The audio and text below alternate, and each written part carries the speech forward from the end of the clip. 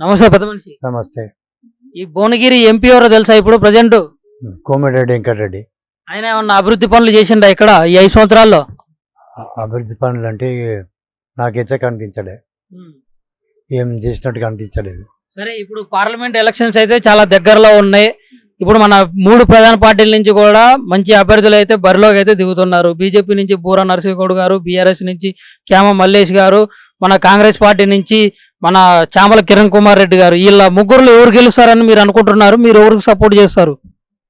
ఈ ముగ్గురు దేశానికి ఇప్పుడు సమాజానికి అక్కర వచ్చేది బూర నరసింహ గౌడ్. దేశానికి నరేంద్ర మోడీ తర్వాత నరేంద్ర మోడీ అవసరం.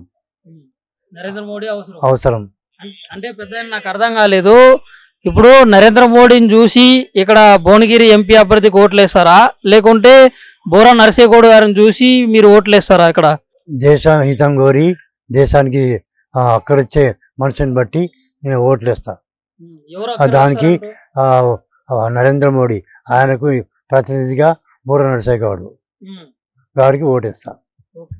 సరే, ఇక్కడ ఎంపీగా నిలబడుతున్నారు కాబట్టి బూర నరసింహగౌడ్కి బీజేపీ పార్టీకి మీరు మద్దతు ఇస్తా అంటారు, అంతేనా? అంతే, ఎంపీగా నిలబడుతున్న బూర నరసింహ గారికి మద్దతు చెప్తున్నాం. మరి ఎందుకు ఇక్కడ భువనగిరి జిల్లా అంటే ఉమ్మడి భువనగిరి జిల్లా మొత్తం కూడా చూసుకున్నట్లయితే ఇది కాంగ్రెస్ పార్టీకి కంచుకోట. ఇక్కడ కాంగ్రెస్ జెండా ఎగురుతుంది.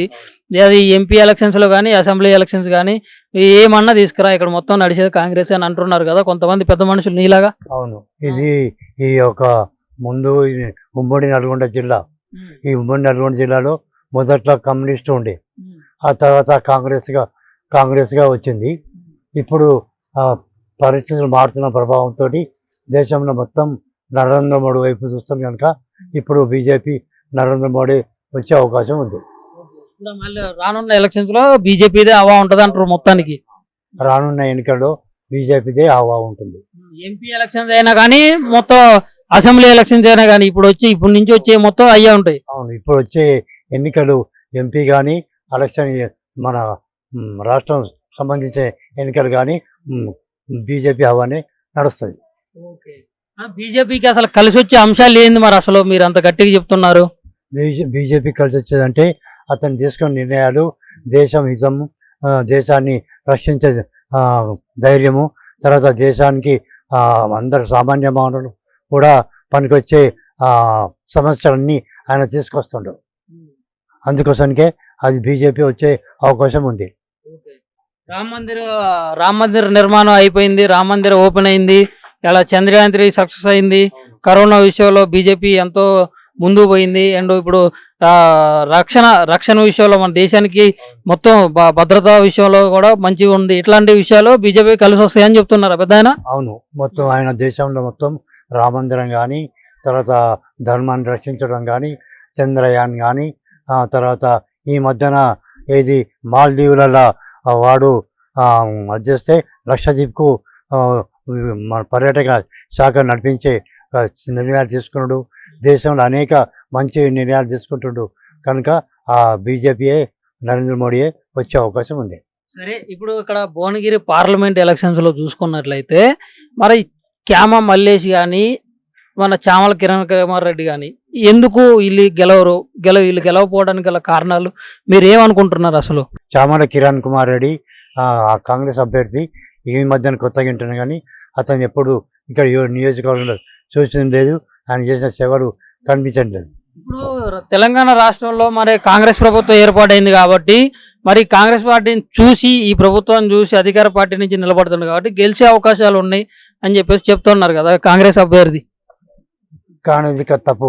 ఇప్పుడు కాంగ్రెస్ ప్రభుత్వంలో రేవంత్ వెంకరెడ్డి వచ్చిండు, ముందు ప్రజలు టీఆర్ఎస్ని కాదని కాంగ్రెస్ని గెలిపించాడు. ఇప్పుడు ఈ మధ్యన ఈయన కూడా మొత్తం మారిపోయి అతను ఎలాంటి మంచి నిర్ణయాలు తీసుకోవడం లేదు. అదే మన పాత ముఖ్యమంత్రి లాగానే వివరిస్తుండు. అందుకోసానికే ప్రజలు రేపు రేవంత్ రెడ్డిని కూడా పంపించేస్తారు. అంటే ఇప్పుడు కేసీఆర్ వెళ్ళిన బాటలోనే రేవంత్ రెడ్డి కూడా నడుస్తున్నా అంటారు. కేసీఆర్ వెళ్ళే బాటనే రేవంత్ రెడ్డి పోతున్నాడు. అందుకే శిష్యుడని కాదు, ఆయన నిర్ణయాలు అట్లా తీసుకుంటుండు.